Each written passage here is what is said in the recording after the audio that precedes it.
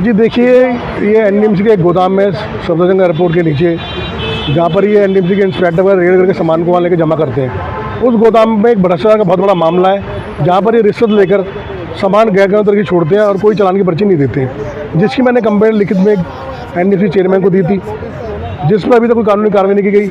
लेकिन उस बाबत मुझे एक लीगल नोटिस दिया गया। उस लीगल नोटिस में मुझे एनडीएमसी के एनफोर्समेंट बिल्डिंग प्रगति भवन 5th फ्लोर में मुझे बुलाया गया, जहाँ पर मुझे एएसओ महेश से मिलना था। मैं वहाँ टाइम से पहुँचा, वहाँ पर मुझे करीब एक घंटा पूरा वेट कराया गया मुझे। उसके बाद करीब एक घंटे के बाद एएसओ महेश वहाँ पर मौके पर आए, ऑफिस के अंदर 5th फ्लोर प्रगति भवन बिल्डिंग पे। आने के बाद उनको मैंने शिकायत अपना नोटिस दिया कि मैं इस तरीके से नोटिस है, जिसको मैंने अपनी कंप्लेंट को वेरीफाई करना है। जिसको देने के बाद महेश ने, क्योंकि महेश भी उस भ्रष्टाचार में लिप्त है, तो महेश ने मेरी कंप्लेंट को ना लेते हुए मेरी कंप्लेंट पर कोई कार्रवाई नहीं करी। मुझे कहा कि ठीक है, आप वेट करो। मैंने उनसे जब आर्गूमेंट किया कि भाई ये मेरी कंप्लेंट है और इसको आप लो और मेरी कंप्लेंट को आप वेरीफाई करो, तो उन्होंने कहा मेरे पास टाइम नहीं, मैं भी वहाँ से आया हूँ, अभी यहाँ से तो बात को गौरमत करने लगे। जिसके बाद जब उनसे मैं थोड़ा आर्गूमेंट किया, उन्होंने मुझे कहा कि अरे तुम्हारा दिमाग खराब है, जब तुम्हें कह दिया कि नहीं ली जाएगी कंप्लेंट, और रिसीव कॉपी मुझे नहीं दी गई। मैंने उनसे रिसीव कॉपी मांगी, चलो आप मुझे रिसीव कॉपी दे दो, मैं अगली तारीख पर आ जाऊँगा। कहते नहीं रिसीव मिलेगी नहीं, अगर आपको देना तो वेट कर लो, नहीं तो आपको बाद में आना। जैसे हम महेश ने मेरे से बदसलूकी करते हैं और उन्होंने स्टाफ को इकट्ठा कर लिया, सभी ने मेरे से बदसलूकी करी गई और मेरे से बदसलूकी करी और मुझे मेरी कंप्लेंट में ना तो मुझे रिसीव दी गई और ना मेरी कंप्लेंट को कार्रवाई की गई। इससे साफ होता है कि एनडीएमसी का बहुत बड़ा भ्रष्टाचार खेल है, जो सारे एक दूसरे को बचाने वाले के पड़े। और जो भ्रष्टाचारी है महेश, एएसओ महेश, जो खुद इसमें लिप्त है, उनको ही शिकायत दे दी गई है भ्रष्टाचारी के खिलाफ।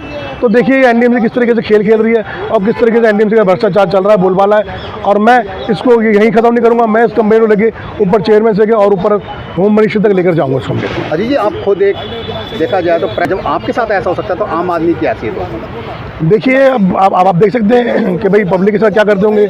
मैं एक प्रेस रिपोर्टर हूँ, एक प्रेस रिपोर्टर का राष्ट्रीय अध्यक्ष हूँ, मैं इससे बड़े अहदे पर हूँ। मैंने उनको सारी चीज़ें बताई, वो कहते हैं हमारे पास ऐसे रोज 36 लोग आते हैं, आपने जो करना कर लीजिए, हमारा जो डिपार्टमेंट कहेगा वो करेंगे और एक कंप्लेंट में हम कोई कार्रवाई नहीं करेंगे, आप वो बाद में आइएगा।